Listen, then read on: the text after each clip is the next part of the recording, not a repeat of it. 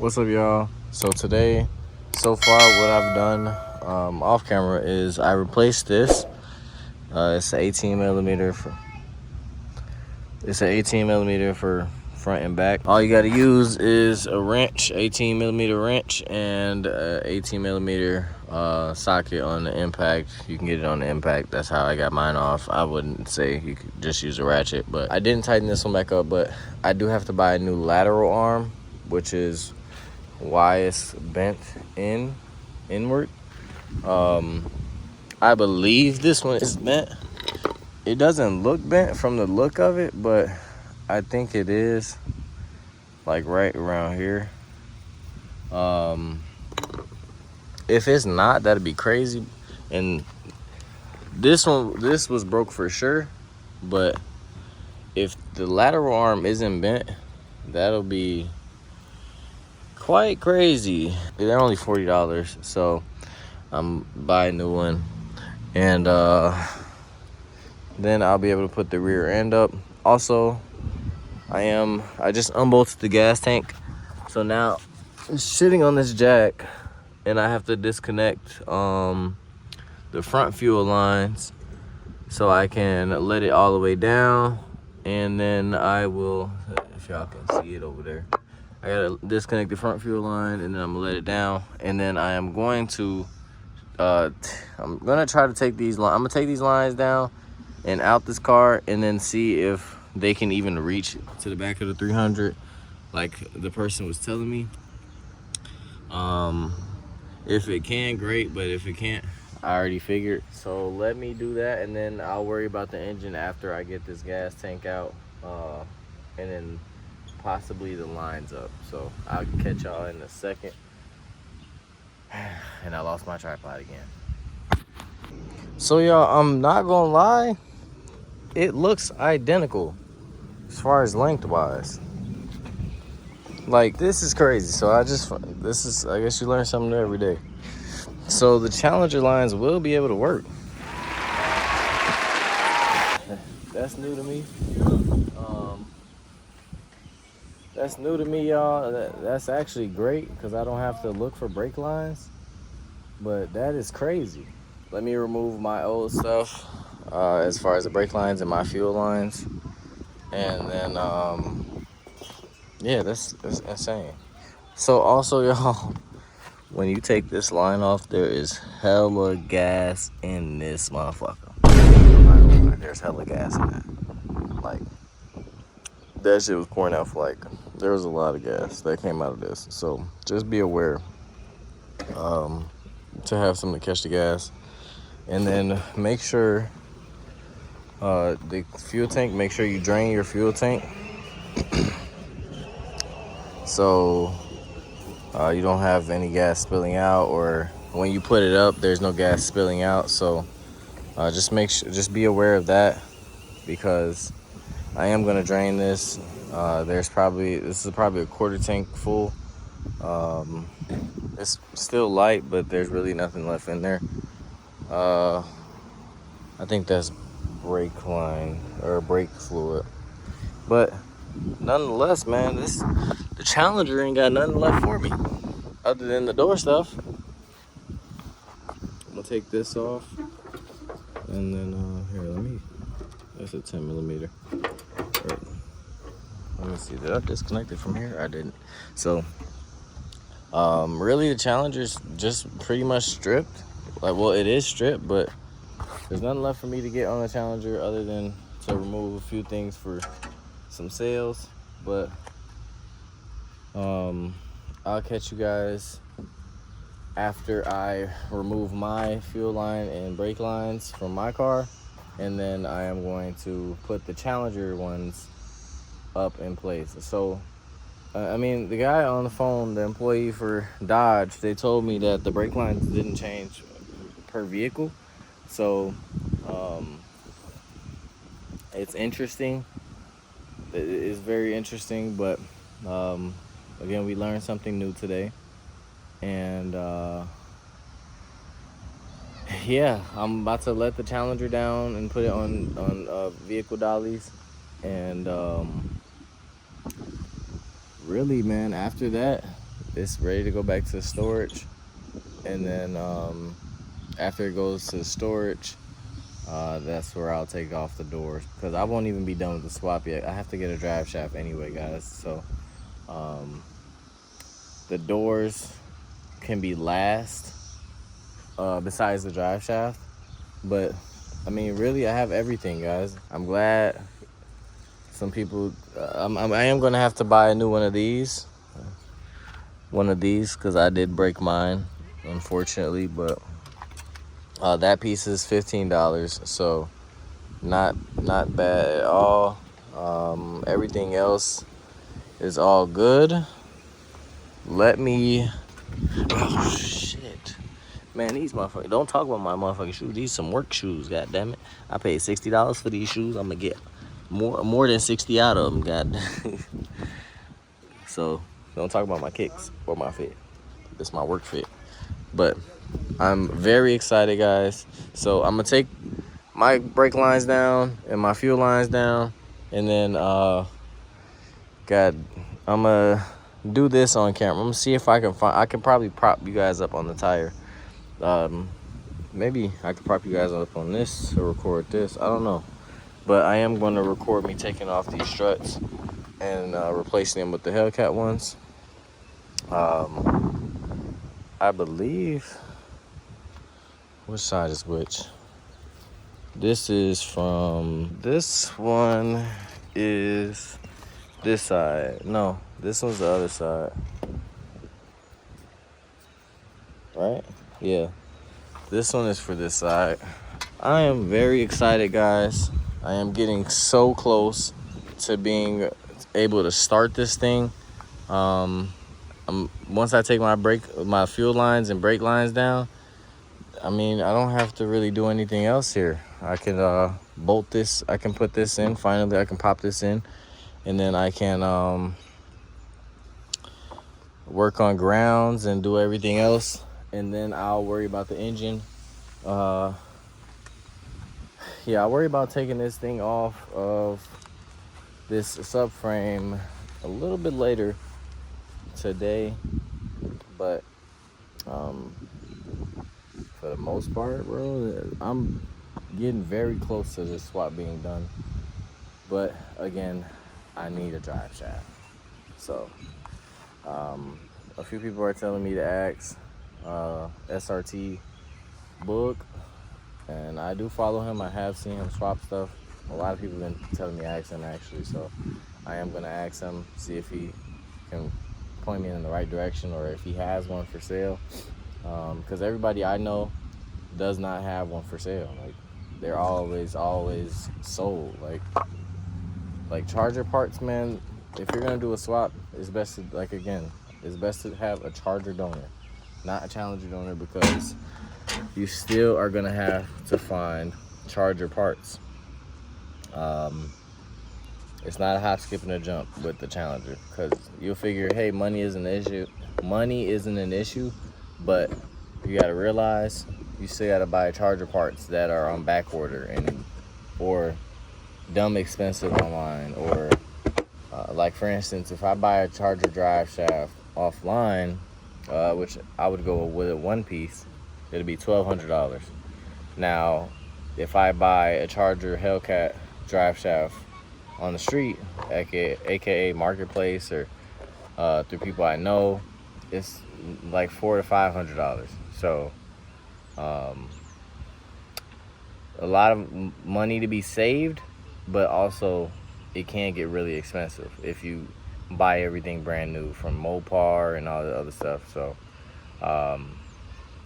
let me work on these lines, and I will get back to you guys once I have the Challenger ones in place, and then we'll see how those fit. If anything happens or any hiccups or anything along the way, I'll let you guys know. So I'll catch you guys in a second. So y'all, they are the same exact size, confirmed. Like, literally, like, here, let's put this right here. Hold on. Literally the same. it may appear shorter, but that's because of the bend. But literally, it's all the same stuff. So if you have a Challenger donor car, everything but the drive shaft will work in the body harness. Body harness and drive shaft, that's everything that won't work. You'll be able to use the Challenger body harness, but the again, back 2 doors, you have to worry about those 2 doors. And you'll have to worry about the windows, back windows. So it's crazy how much of this stuff is working and how similar these cars are. It's insane. But let me get the Hellcat fuel system stuff up, and then I'll get back to you guys once it's inside the car. So, man, that's actually crazy. So, all right, y'all. So, I'm in the engine bay. I'm buttoning up the harness to make it fully, I guess, put in. I put these push pins in. This stuff all bolts or goes in from like with the factory holes. You don't have to drill anything in.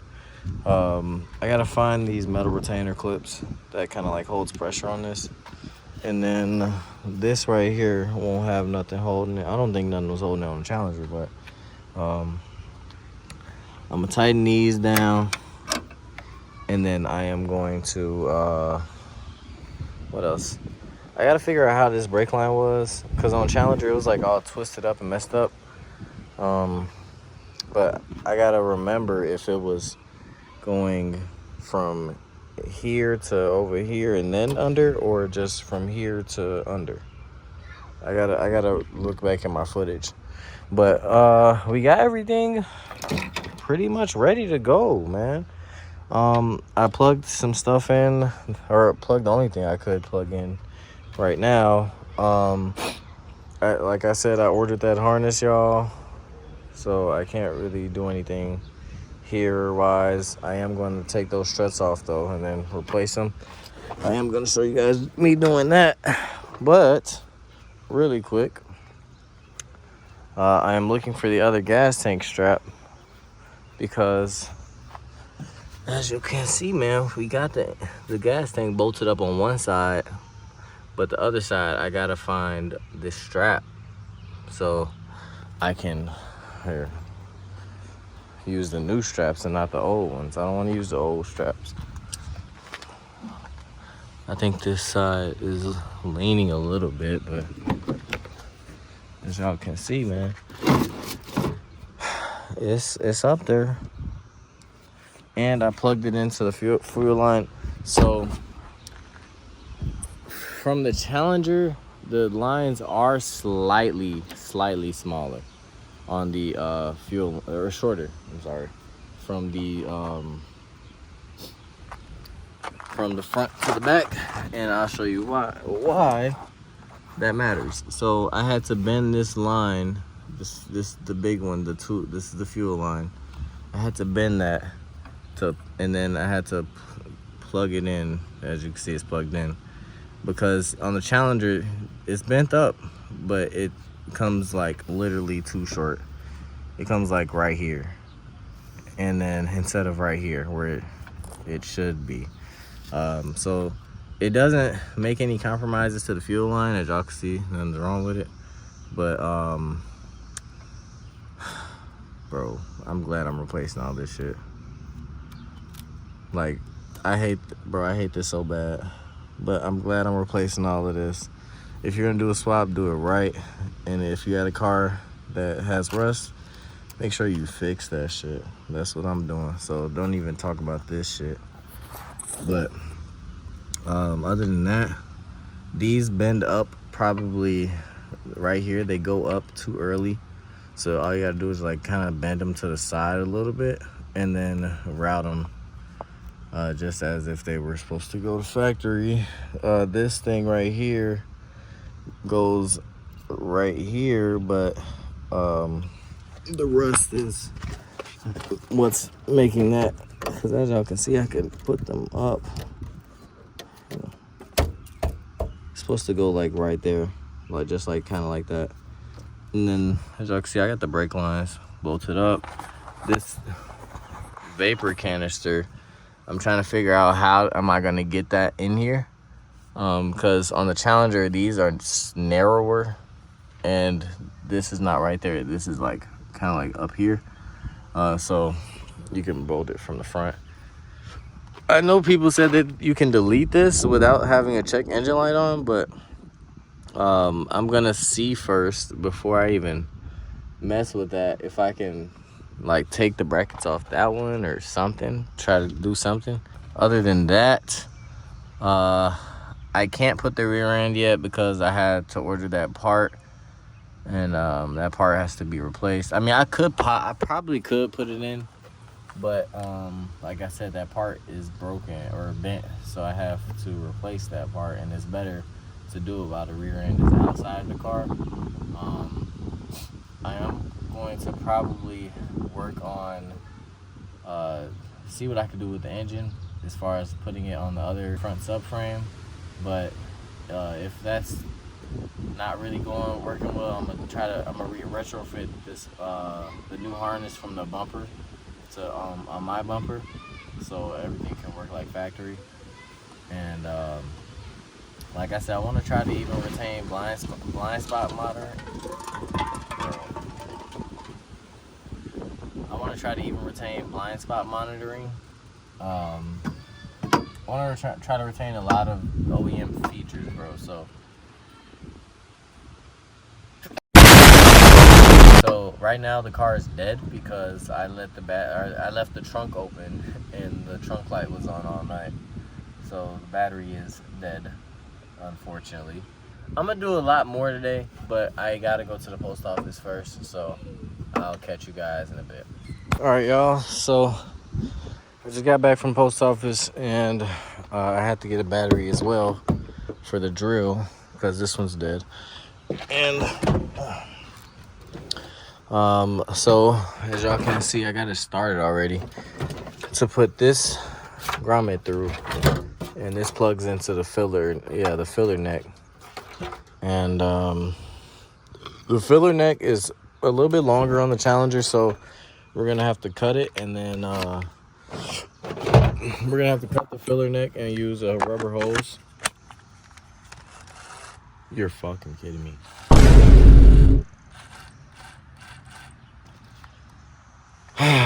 Anyway, yeah, so we're gonna have to do that.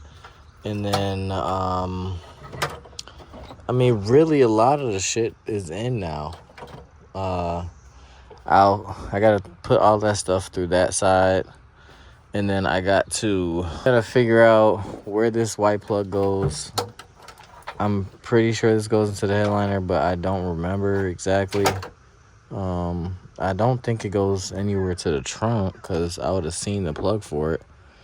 I'm gonna start grabbing the speakers from the Challenger as well, because these are, I think both of these are a plug for the speakers. Yeah, one is for one side and the other is for the other side, but these are the speaker plugs, the white ones. This goes inside of there on the trunk floor, like on this trunk liner shit. I might be able to use the one from the Challenger. I think it's the same. I made this ground already down here, so everything else I gotta find out what else I'm missing besides like the engine and the engine controls and electronics and stuff, because again, when I turn the car on, it just stays in the run mode. So I want to figure that out and then get that situated. So I'll get back to you guys in a second after I go find another battery, because this one's dead. And then I gotta figure out what's going on. So I'll catch you guys. So guys, I kind of made the hole a bit too big, but the good news is I'll be able to finesse it, but I did make it slightly too big. So just be aware of that. And this is like this isn't really that big of a hole saw, but it's there. It's in there. So, look, as y'all can see, I made it a little bit too big, but nothing a little 3M tape won't fix. But that's the least of my problems. Where the hell am I? Okay. I'm about to finish bolting up the gas tank. I just have this one strap left, and then I am going to swap these struts out. I might not be able to do anything with the engine today, which is okay. I'm not in a rush. I'm really more in the rush to find a drive shaft than to get the engine in the car. I'm gonna get these struts on after I bolt this up, and then I'll get back to you guys after I bolt up the gas tank and start doing the struts. And hopefully I have enough time to try and mess with the engine mounts today so I can take it off of that subframe. And then I don't know if I should wait till the harness for the power steering gets here, or should I also, I had to order that idler bracket, the power steering idler bracket that replaces the power steering pump. I guess it's just called idler bracket.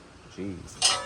And I had to order that, and that pretty much deletes power steering and adds electric steering. So I don't know if I'll be able to add like the steering modes, because the newer Hellcats, when they got electric power steering, they also got adaptive steering. So like for instance, if you put it in track, your steering turns to track, or if you put it in street, it turns to street steering.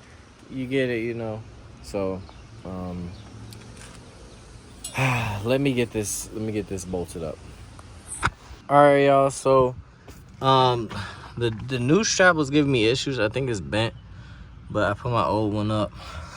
It's not in bad shape, but I wanted the newer straps on. I am going to probably just mess with the struts right now. Still got to figure out how to put that up in here or delete it. I might delete it because I know people have done it, but I'll have to ask and see exactly how I can do that. I'm about to remove these struts and replace them with the Hellcat struts, so this can be ready for the engine to get on, and then ultimately into the car, man. We almost there, literally almost there. The next step is put the rear end in the car, connect the emergency cable, and then disconnect the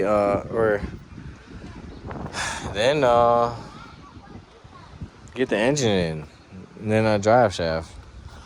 So we are getting very close, man. Very, very close. I am getting more excited each day comes. Again, I need that drive shaft though, guys. That drive shaft is very, very important to this swap, because if I don't have the drive shaft, that's toast.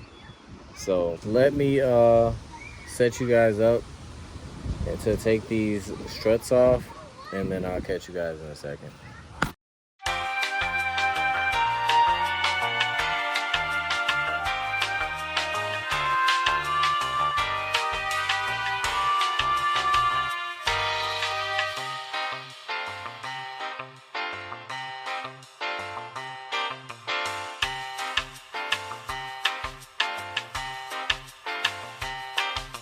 All right, y'all, so as y'all can see, I got one of the Hellcat struts on there. I'm gonna take the other one off tomorrow. I got both wide body scat struts off, and let me know what y'all think, if I should put the subframe in the car first and then put the engine in, or just put the engine on right here as it is and then lift it up. I mean, I feel like all at once is easier, but I don't know. But yeah, y'all, so tomorrow, that's the agenda, just to get the, what the hell?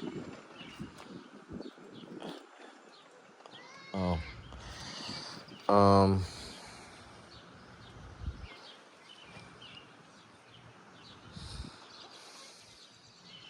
So that'll be it today. I didn't get to do too much because I started late and then I had to run to the post office.